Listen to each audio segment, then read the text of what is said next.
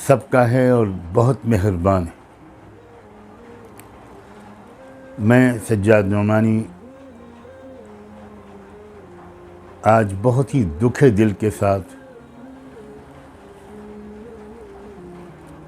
देशवासियों से, पूरे देश में बसने वाले इंसानों से जिनकी इंसानियत अभी बाकी हो,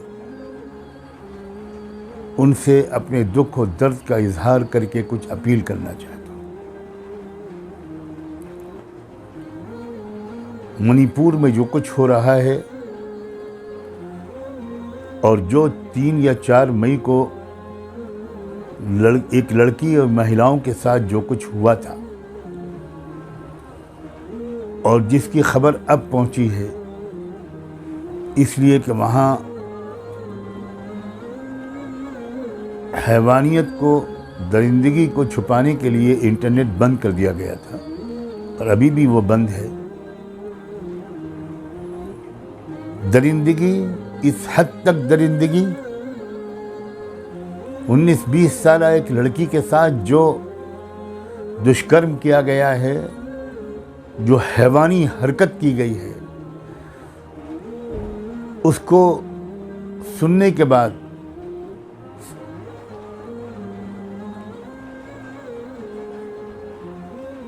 मैं बता नहीं सकता कि मुझ पर क्या गुजरी है और मुझ पर क्या। अगर कोई भी शरीफ इंसान किसी भी समाज में पैदा हुआ हो, किसी भी धर्म का मानने वाला हो, किसी भी कास्ट में हो, उसका सर शर्म से झुक जाएगा और उसका दिल गुस्से से भर जाएगा। कहाँ पहुंच गया हमारा ये देश?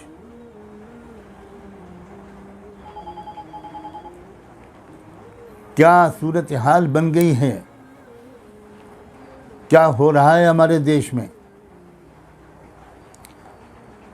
उस लड़की को ले जाकर पहले तो उसके साथ क्या किया गया? नंगा किया गया। उसके प्राइवेट पार्ट्स को हज़ारों लोगों के सामने कुछ दरिंदों ने जो हरकत की है, मैं उसको लफ्ज़ों में बयान भी नहीं कर सकता।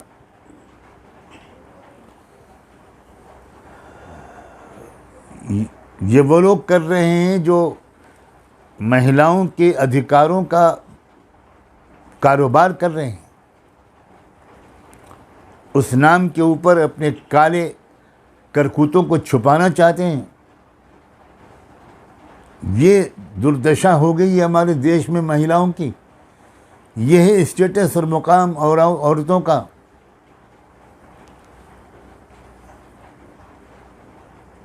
औरत माँ हो, पत्नी हो, बहन हो या बेटी, हर हाल में वो इज़्ज़त के लायक है, मोहब्बत के लायक है, आदर और सम्मान के लायक है।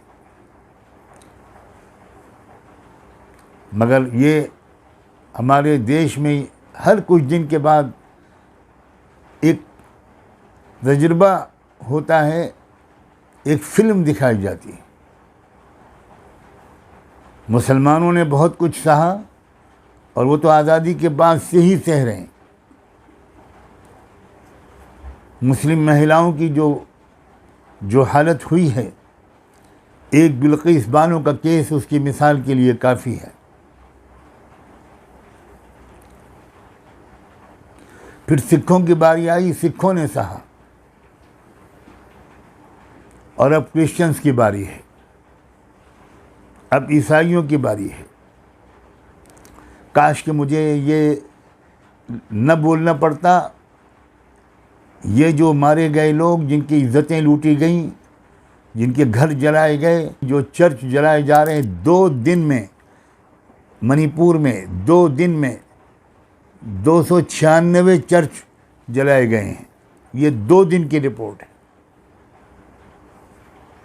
और ये मैं नहीं कह रहा हूँ, ये केरला के फादर का बयान है, फादर जैकब।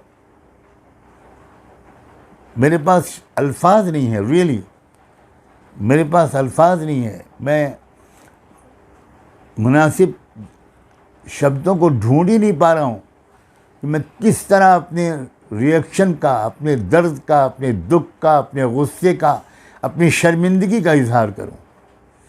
ये किस देश में हम लोग रह रहे हैं? इस देश में औरत का मुकाम क्या है? इंसान का मुकाम क्या है? क्या यहाँ सिर्फ जानवर रहेंगे? इंसानों को नहीं रहने दिया जाएगा? लोग हुकूमत की खामोशी का रोना रो रहे हैं और मुझे हुकूमत की खामोशी पर रोना, रोने वालों पर रोना आ रहा है। जो ये सब करवा रहे हैं, आप उनसे क्या उम्मीद कर रहे हैं? वो जब तक उनका टारगेट हासिल नहीं हो जाएगा, जब तक वो खामोश ही रहेंगे। और अब तक का उनका कैरेक्टर बिल्कुल यही है। और इससे एक बात तो साफ साबित हो गई, मेरे देश के लोगों, खुदा के लिए सुनो, ईश्वर के वास्ते इसको सुनो। ये मत समझो कि इसको एक मुसलमान कह रहा है, ये सोचकर सुनो कि इसको एक देशवासी, एक भारतीय, एक हिंदुस्तानी, एक इंडियन कह रहा है, एक इंसान कह रहा है। ये ट्रेलर है, इससे अंदाज़ा करो कि जिस तरह का राष्ट्र ये लोग बनाने जा रहे हैं, बनाना चाहते हैं, वो कैसा होगा। उस राष्ट्र में इंसानों के साथ कैसा सलूक होगा, उस राष्ट्र में महिलाओं के साथ कैसा सलूक होगा, उस राष्ट्र में गरीबों और कमज़ोरों के साथ कैसा बर्ताव होगा। क्या देश में ये इंसान खामोश रहकर तमाशा ही देखते रहें? हुकूमत की खामोशी पर रोना गलत है, लेकिन भारत के तमाम 140 करोड़ देशवासियों का खामोश रहना, यह है असल फ़िक्र की बात, यह है असल गम की बात। मैं जानता हूँ, मेरा 50 साल तजुर्बा है और 100-150 साल से मैं अपनी फैमिली के बुज़ुर्गों से ये कहानी सुनता चला आ रहा हूँ, उनका तजुर्बा सुनता चला आ रहा हूँ कि सब हिंदू ऐसे नहीं हैं, हरगिज़ नहीं। गांधी जी भी हिंदू थे, और मैं कितने हिंदुओं का नाम लूँ, लेकिन एक शिकायत मैं अपने हिंदू भाइयों और बहनों से, हिंदू लीडरों से, हिंदू लोगों से कहूँगा कि उनकी अक्सरियत ऐसे मौके पर खामोश रहती है। मैं आपसे अपील करूँगा कि आप अपनी खामोशी तोड़िए। आप इसको पॉलिटिकल मसला मत समझिए, आप इसको एक इंसानी मसला समझिए और इंसानी मसला समझकर इसके ख़िलाफ़ आवाज़ उठाइए। मैं मंदिरों के पुजारियों से, साधु संतों से, धर्माचार्यों से, इंटेलेक्चुअल से, प्रोफेसर से, टीचर्स से, यंग बॉयज़ एंड गर्ल्स से ये अपील करता हूँ कि आप इसके ख़िलाफ़ आवाज़ उठाइए, पीसफुल एहतिजाज कीजिए और ये दिखा दीजिए कि अभी देश का ज़मीर मरा नहीं है। इसी तरह मैं अपोजिशन पार्टियों से भी एक अपील करता हूँ, बहुत दिल की गहराइयों से, प्लीज़ एक उम्मीद की जोत, एक उम्मीद की किरण आपने इस वक्त जगाई है। जब पटना और बेंगलोर की मीटिंग्स के बाद आपने ये देश को संदेश दिया है कि अब इंडिया लड़ाई लड़ेगा, अब इंडिया उठेगा, बहुत भारी जिम्मेदारी आपने अपने कंधों पर ली है और बहुत भारी, बड़ी संख्या में लोगों की दिलों में उम्मीद जगाई है। मैं आपसे कहता हूँ कि छोटी छोटी बातों पर